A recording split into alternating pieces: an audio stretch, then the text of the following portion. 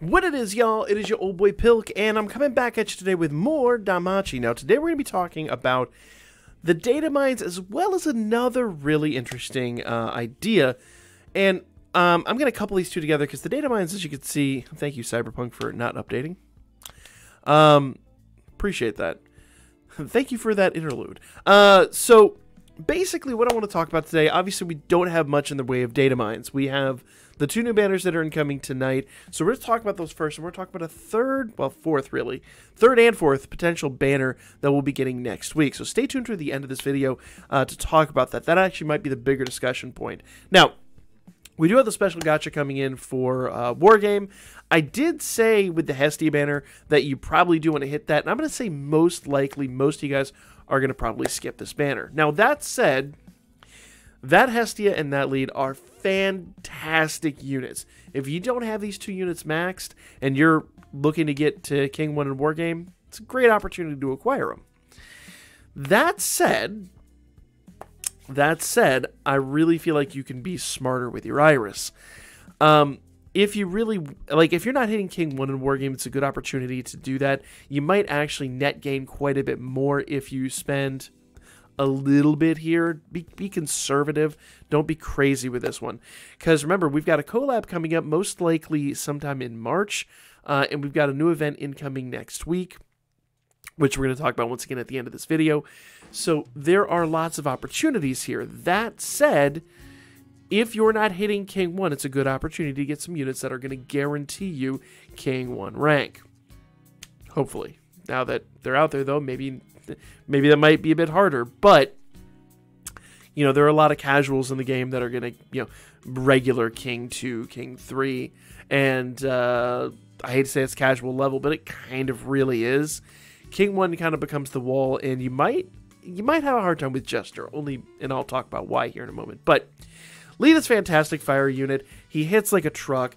He really needs no introduction. We do have ways to counteract him at this point in the game, but all things considered, he still is a really, really substantial unit. This Hestia just reduces damage incoming, or technically outgoing, from your opponent.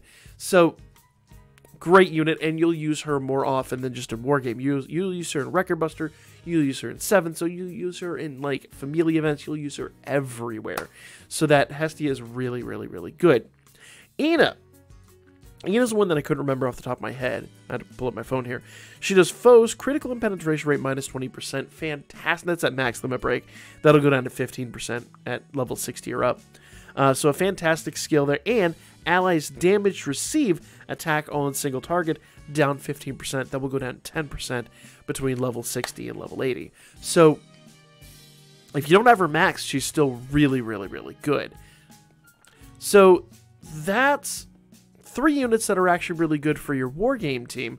One that I would argue is good all around, but once again, it's only if you're really struggling in Wargame that I would ever honestly consider hitting this banner. The other banner I'm going to be even more harsh on. The Bell unit, that Light Bell, is exceptionally good, but I would say the only time I would ever even consider hitting him, and the only situation in which I could see actually going after that unit is if you pulled for Althea and Erebus and maxed them. Otherwise, he's really, really good, really substantial, but if you don't have those 2 units, he's not worth going crazy about. Now, if you have those 2 max, you maybe got him, let's say, +2, +3, it's a good opportunity to go after him, but once again, remember, we have a lot incoming in the game soon, so don't go wild. Now, the Hestia here, I forget what she does, but I've got one of her, and I really have never used her, but let's talk about her. Foes plural, damage received, attack all targets increases by 15%. Guard rate minus 25%, so that's basically a lot of incoming damage to your foe. So basically, all your outgoing damage is buffed a little bit. Technically, it's a debuff on your foe, but I digress. Allies, penetration rate and critical rate plus 10%. So another good assist for Wargame, but once again, there are other units in the game that you can use for those types of things. I won't say it's going to be necessarily a game changer, but she is going to be really, really good for that. That said, I think you'll be fine without her. You can still do King 1 without her. This is kind of like a whale trap. Like if you forgot to summon on a banner or, you know, missed one for whatever reason. That's about the only reason I could see really summoning on this.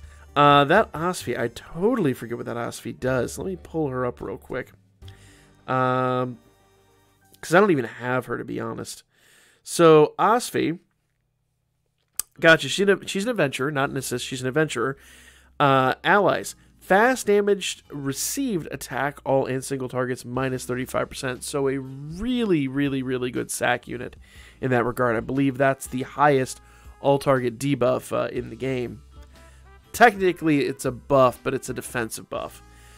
Self, 3 actions, 30% HP heal, guard rate plus 20%. So she's going to be really, really, really good. I don't have her, but, you know, she's more of a sack unit. So if you pull her, great. If you don't, I wouldn't lose sleep. She's going to be around. All these units are in the general pool, so it's not the end of the earth. Then she does foes, super earth magic attack with temporary magic boost, high penetration rate, ally status buff, minus 2 turns, really good war game skills, and then of course the obligatory single target attack. So fantastic skills for war games, fantastic skills all the way around, but in my opinion really more of a sack unit, because she's going to come in, she's going to do a big defensive buff on all your units, and then after that you probably honestly want to keep that spammed. You could do skill 2 and reduce their damage, but I think at this stage of the game, more people are going to be debuffing that to begin with, so maybe it'd just be better to spam that first skill. I don't know. I don't have her. I'd have to use her. So might be an opportunity for me to go a little bit into this banner to try to acquire her. That said, I actually have a really good wargame team, so I'm not going to lose sleep over it. Like I said, if you're the only reason to hit this banner is if you're going after like King 1, you can't quite achieve it, and even then I wouldn't go crazy. And I'll tell you why here in a few minutes. But remember, we have a collab coming up. We have the technically I expect an Attack on Titan rerun just before the main collab, kind of like they did last year. So we haven't gotten the AOT rerun ever. So we could get that, we could get a big buff on that, and I'm sure a lot of you guys are going to want to just collect those units for the sake of it. So bear that in mind before you consider summoning on any of these. All right? And I'm expecting that within the next couple of months. Now, when that drops, realistically, we're going to get both banners back, and both banners will hopefully be slightly discounted. That said, whenever they do reruns, they bring back a third banner, technically, with 2 brand new units that are usually pretty substantial. Case in point, Katori and Shido are still some of really top tier units in the game. Katori is only recently starting to get outshined, but even in physical stats, she's one of the best units out there as far as physical goes. I think now with the recent buffs, probably the New Year's Anya probably is gonna outcompete her by a small margin. Magic's blown him away, I'm going to be honest. But as far as physical goes, those are your girls. Now, that said, and I'm going to be honest, you're looking minimum 4,000. I would say even maybe as much as 5,000 Iris that you're going to need to max out those banners. That's a lot of Iris, but you can save it between now and then. So don't go crazy on these banners, right? Save a little bit. Because you're going to want to do that. Now, I will go over ways, and whenever we're in these situations, I will drop a video on how to save Iris, how to be smart with this, but, just don't go wild. Don't go wild, all right? I'll get to the other one here towards the end. Let's talk about 7th Zone. We do have Wind incoming, and Earth. And Earth is Phantasma type. So, yeah. Those should be interesting. Those, I think we're still on single target. Maybe they're alternating single and AoE. These could be AoE or single. It's hard to tell, but we just had single type. I think we had AoE the week before that, so maybe they're alternating now. Hard to tell. This could go either way. This one could easily go either way. But just know you're gonna have really, really good teams for these 2 events. So Start preparing now. So we got Wind type and Earth type incoming on those two tonight. I haven't done a 7th Zone video in a really long time, and I'll need to get back on that. Also, bear in mind, Wargame is incoming tonight. Another reason why you might want to consider these banners if you're not making King 1. That said, let's get to part 2 of this video. Okay? So this is going to be like a combo DATAMINES and Before You Summon. We have an upcoming event scheduled in late January. Now, late January is going to be next week. That's it. There's nothing else they can really do. I don't suspect we're going to get a rerun of the old Valentine's units, because at this point it's like 2 years old, and those units are completely irrelevant at this point. Here's my big question for you. So, I'm going to be real. I don't see this being a game-changing banner. This is going to be solely a collection banner. Like, you get 1 or 2 of these units, and they're going to be okay. Valentine's units typically, and there are rare exceptions, but typically don't seem to be insanely long-lasting units. They don't tend to be like the New Year's units are amazing. The New Year's units are going to be awesome for a long time. Look at New Year's Anya, who just got a buff, and I think is going to be substantial, at least until the anniversary, if not into maybe even next year. She's going to be good. Will she be great? Hard to tell, because now that Tiona's come in and kind of broken the game, it's really hard to call where, you know, those units are going to sit in a year's time. But I really don't feel like these units are going to be game-changing. I feel like, being the Xenos Valentine, they'll probably introduce a couple new Xenos, and because, I can't remember her name, Laura, I think is what, the little serpent girl. They even had like that big event with her at the end of episode, I think it was episode 10, I think it was, in the game. I'd have to go check. But they had a whole thing about all that. So expect a new Rey, expect a new Winnie, expect the first one of her. We'll probably get a couple new Xenos in this event. Sorry, Spectre, I don't see the old Spire girl coming in. I think she's a little croaked. But I could be wrong. You never know. They could punch us right in the fields with that one. But that said, don't go wild on this banner. Now we'll have to assess it when it gets here, when we find out what all the units are doing. We'll know though that next week in the live stream event. So when we get the live stream, we'll go ahead and talk about that afterwards. But I don't see this being groundbreaking. I really just see these units being collection units only, and we'll probably get a decent amount of meat fruit for it. So heavily wager whether or not you're going to summon on these banners. Now, if there are new Xenos, it is worth summoning just to get the CP points. Because remember, if you have a brand new unit, you can farm up 400 Iris and CP, like, in no time. So if you go into a banner, like, 1,000 Iris or something like that, maybe, what, it'd be like 1,200 Iris, you might be able to recoup that fairly quickly between Wargame, Record Buster, and what you get from CP rewards.